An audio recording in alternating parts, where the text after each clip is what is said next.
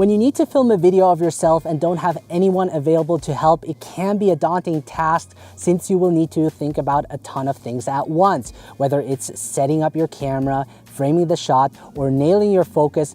This can take some time. Luckily, there's some key tips and tricks that you can use to make filming yourself much easier and more efficient. iPhones are great for filming yourself because they are portable, easy to use, produce high quality video, and the setup time is much quicker compared to using a larger camera. Now, if you're someone who loves to create videos on their iPhone or share stories about your life, or generally wants to learn how to produce engaging mobile video content, then this tutorial is for you. Now make sure to also stick till the end, as I will show you the editing process behind the video that I shot of myself. For those who don't know me, Bennett Grazer here with smartphonefilmmaking.com, the ultimate online course helping you take your mobile videos to the next level. As I mentioned earlier, in this video, I will show you how to film and edit a cinematic video of yourself using the iPhone 14 Pro. Before I show you the behind the scenes of how I film myself, I first want to share with you a couple of important tips and tricks when it comes to filming yourself. The first one would be knowing what you're filming. Before you even start filming, it's important that you have a clear idea of what you want to film, whether it's a vlog, short film, or travel video to share with your friends. Having this established beforehand will help you choose the right camera settings, as well as the gear you need to set up your shot. Now for this video, I want to keep it very simple. I want to show myself, show how I arrived at the spot, hike up the forest, and then take up the beautiful view. Now with a simple story like this in mind, you will already know what you need in terms of camera settings and gear. So next is the camera settings. Now that I know what I will be filming, I will be shooting my videos mostly in 4K 25 frames per second. 4K is the highest resolution the iPhone 14 Pro currently offers and allows me to crop the video in the edit. This is important because this will give me the flexibility to reframe my shot in case my composition is slightly off. Because I don't plan on slowing down the footage, I choose 25 frames per second. In case I do want to create slow motion effect, I can always change the frame rate to 60 frames per second. I choose mostly 60 frames per second when I film my surroundings to use as B-roll. Next is to understand your limitations. It's important to note that filming yourself comes with limitations. You are the only person who is responsible for getting the shot right. There is nobody who can take a few seconds to focus the shot and ensure you're framed up properly. Also, you will need to carry and set up all your gear by yourself, but luckily mobile gear isn't as cumbersome and heavy as with larger camera. Filming by yourself takes a lot of time and patience because you will be doing everything yourself, which means you will have to focus on multiple things simultaneously.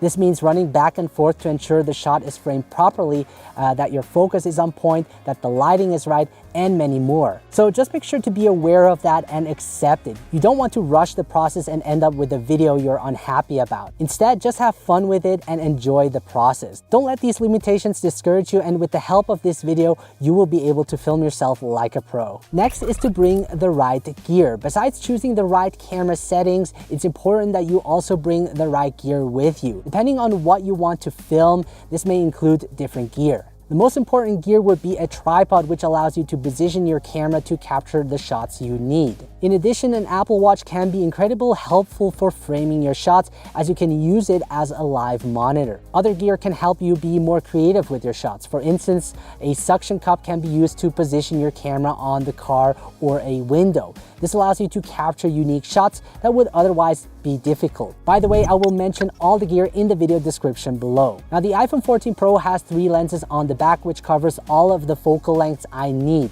But if your iPhone only has one camera, you might consider bringing third-party lenses with you. Now, the great part about using your iPhone to film yourself is that you can pack light, as mobile gear is usually small and lightweight, making it easier to carry around the entire day without getting tired. As I mentioned, every shot is different, so you will need to figure out for yourself what you need to bring for your shoot. Next is to have a variety of shots in your video. This will allow for greater variation and make the video more dynamic. One of the best ways to achieve this is to capture a nice balance of wide shots, medium shots, and close-ups. You not only want to get shots of the main subject, or myself, but also your surroundings to give your video some context. Then, really important is to set and lock your focus and exposure to ensure your focus and exposure don't change while filming, because it could happen that the camera might focus on something that you don't want.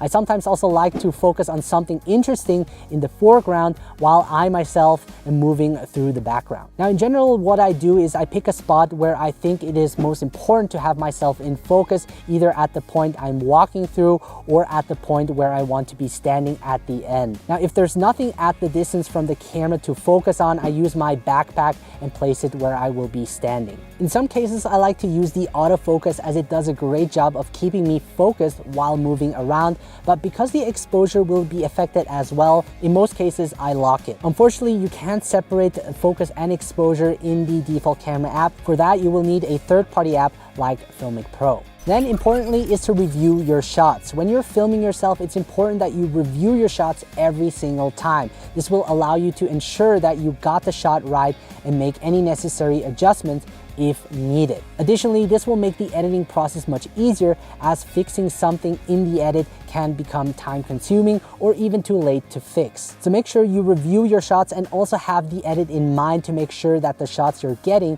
fit into the story you want to tell. Last is to get creative with your shots. When you're filming yourself, it's important that you stay creative with your shots. It can be very tempting to just capture basic shots of yourself moving around, but doing so can make your video feel dull and uninteresting. Because there's so much to think about when filming yourself, it can be tempting to just rush through and shoot and move on to the next one. But by getting creative with your shots, you will help your video stand out and make the process far more enjoyable for yourself. Now, just because you're filming by yourself doesn't mean you can be lazy. In the end, the audience doesn't really care if you shot it by yourself or had someone help you. All that matters is whether the video was engaging or not. So make sure to take your time, do things creatively, and go the extra mile to get those shots that will make your videos stand out. Now, one way to get creative when filming yourself is to experiment with different perspectives. This can involve using different types of gear, like a suction cup. What I often ask myself is, how could I make that shot look more interesting for the viewer? And then I experiment around and see what works. You'll be surprised on what great results you can get by just experimenting around. So let's now get into the behind the scenes of how I film myself. For this part, I'm just gonna record a couple of shots of me driving the car across this road. And I place my camera low to the ground. I'll be recording in 4K 25 frames per second. I actually want to use the ultra wide angle lens to have more in the frame. You'll see that I also have the mountains in the background, and I want to set and lock focus on the plant. This will look really nice as the car will be passing by the camera. So after that, I'm gonna start recording and let's see how it will look like.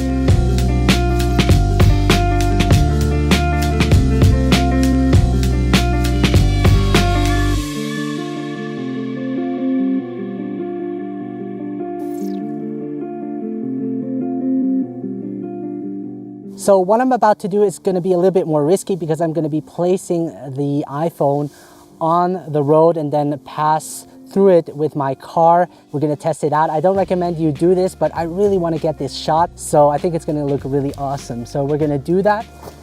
And again, I'm going to use the ultra wide angle lens and I'm going to focus on the road like so. And let's record and do this. I'm just gonna pray nothing happens.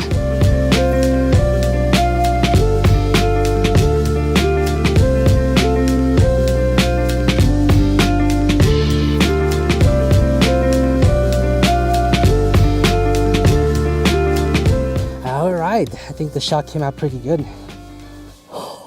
Now, if you're wondering what I used for both of these car scenes is this clamp over here that I got from Ulanzi. This is just the tripod plate that doesn't belong to it, but this is really nice if you want to, angle your camera or get really low to the ground. There's like a 1/4 screw at the bottom. So the next thing I'm gonna do is capture some interior shots of me driving, and I'm gonna use this suction cup, which is from Joby, that allows me to mount this on a window and angle it however I like to. And really, by having different perspectives, you can make your shots look more interesting. Now, before mounting this on the window, I'm gonna make sure the surface is clean, and then I can just press it against the window and just turn this part.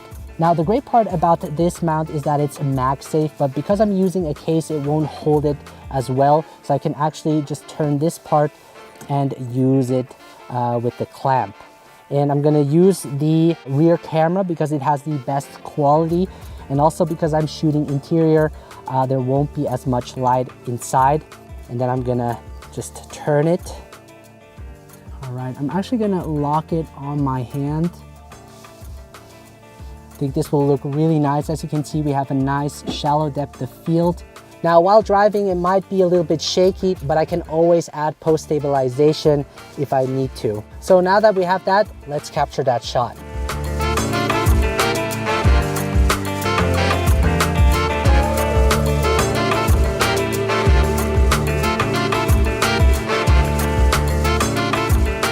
For the next shot, I'm gonna use the suction cup to film the exterior of the car. And I'm gonna set the focus on the wheel. This way it will be locked and no changes will happen. And the suction cup is really strong. Just make sure to clean the surface, as you can see over here, so that it doesn't fall off. And I usually wait 2-3 minutes. And if the suction cup still holds, you're good to go. So let's try that out. And I really hope that everything goes well.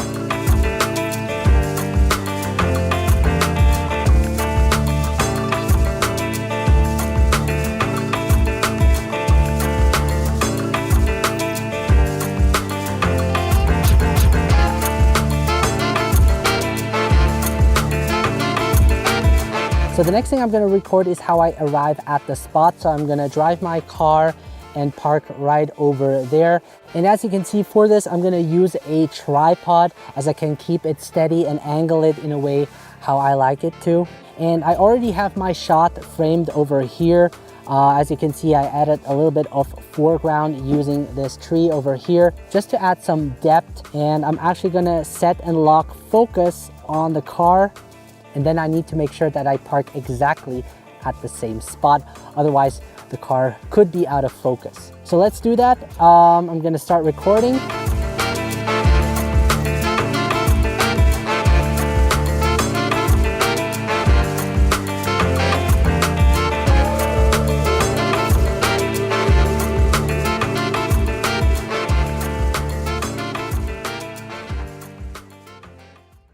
So the next thing I'm gonna do is record myself how I get out of the car, and I want to have a close-up of my feet while doing that. So I already framed the shot using my Apple Watch, and I'm now gonna also set and lock focus right about here. This is where I will be standing. And then once I'm ready, gonna hit the record button. Let's do this.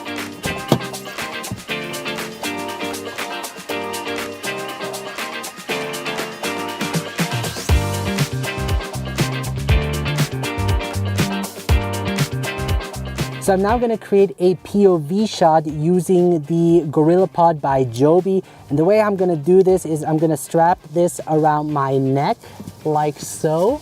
And the way how I'm gonna record this is I'm just gonna have the trunk open and just grab out my backpack and then close the trunk at the end.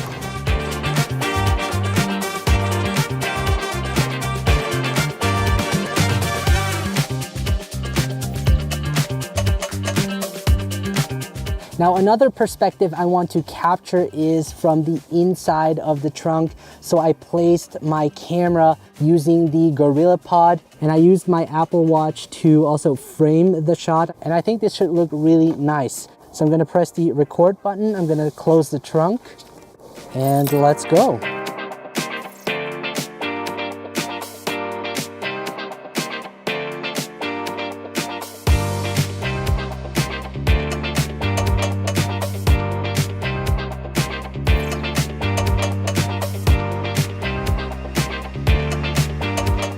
So now that I arrived at the spot and took out my backpack, it's now time to hike up the hill.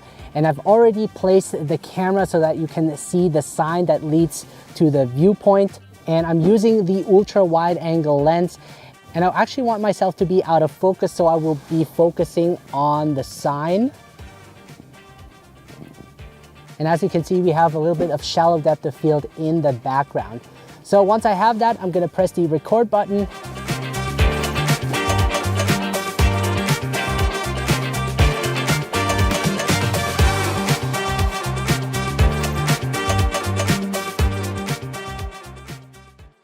So the next shot will be me walking along this path.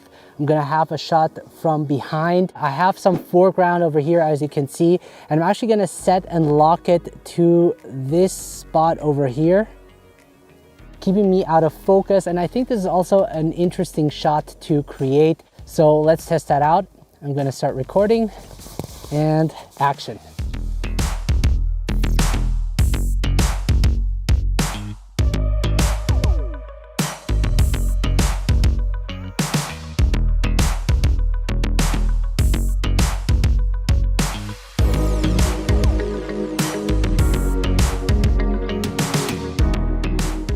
Now we're gonna do something similar, but this time I want to have a shot of me from the front.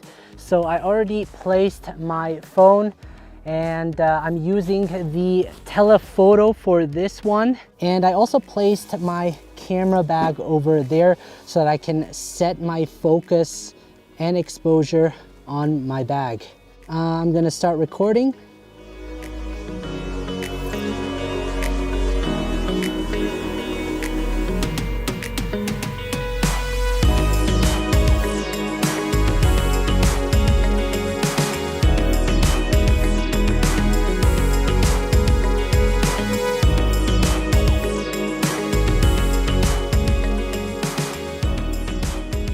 So the next thing I'm gonna do is capture some B-roll. And the great part about this is that I don't have to be in front of the camera and can therefore add some camera movement into my shot. So I'm actually gonna create a slide shot. For that, I'm gonna use the wide lens for this, and this should look really nice. And I'm also gonna change the frame rate to 60 frames per second because I plan on slowing this down in the edit. So let's do that. I'm gonna set and lock focus and go.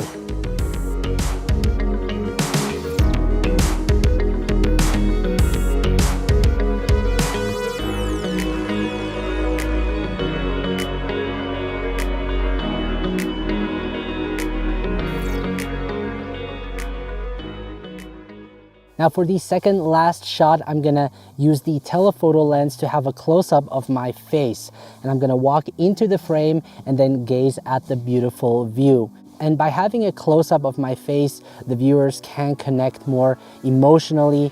And this way I also have a variety of shots because the last one will be an ultra wide angle shot. Again, I already framed my shot using the Apple Watch. I'm actually gonna leave the focus on auto. This way it can focus on my face when I get into the frame. Okay, and then I'm gonna stand around here. This should be good. So I'm gonna take one step back and action.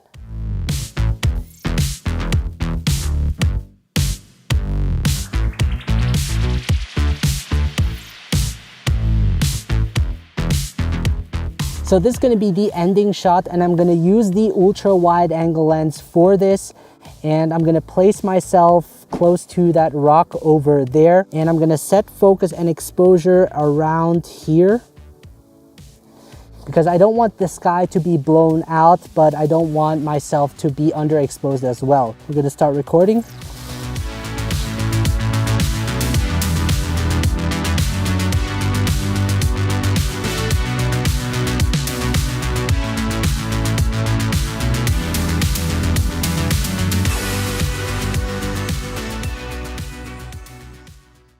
So we're now back at home, and I'm now gonna show you how I edit those clips together. And I'm gonna use Final Cut Pro for that, since that is my main editing software. But you can also use an editing app like LumaFusion or InShot if you prefer to edit on your phone, but I prefer editing on a desktop or laptop since I'm much quicker. And also Final Cut Pro gives me more advanced editing options. Now I actually already edited the video, and I'm gonna play it back for you with the timeline so that you can see how it would look like.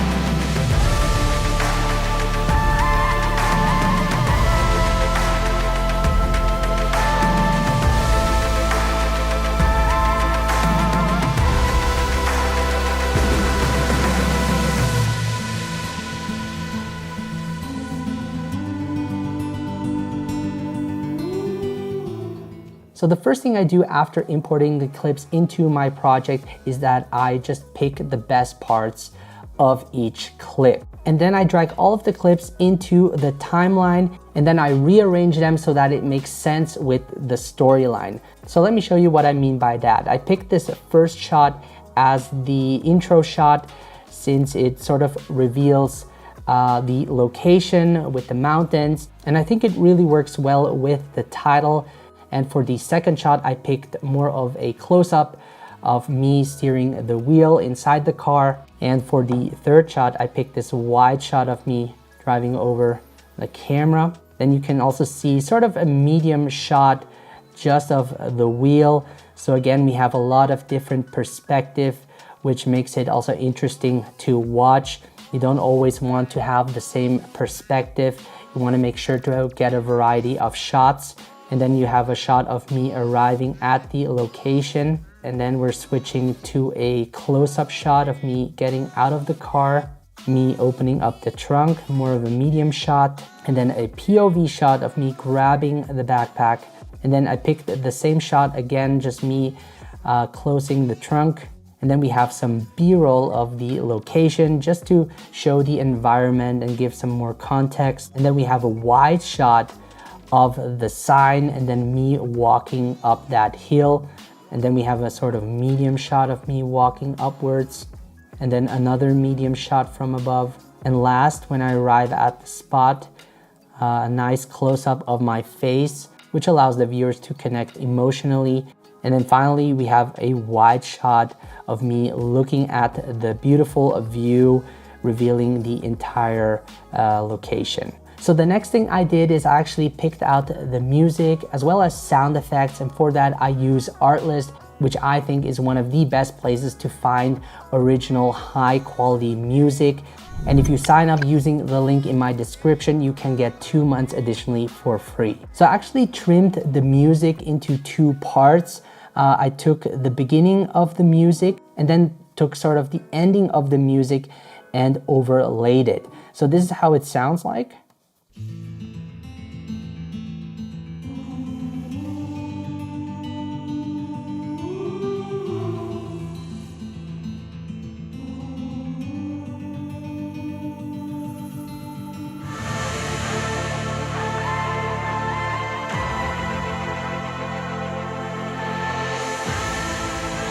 Now, as you can listen, the transition between those 2 music clips isn't that smooth, but I fixed that using sound effects. And sound effects is really important to add into your video to make your videos come more alive. And by the way, I also captured sound using the internal mic. This will make the editing process for you much quicker. Otherwise, you will need to find all of those sounds like footsteps, wind noise, car passing by and all of that. So let me play back the video with just the sound effects enabled.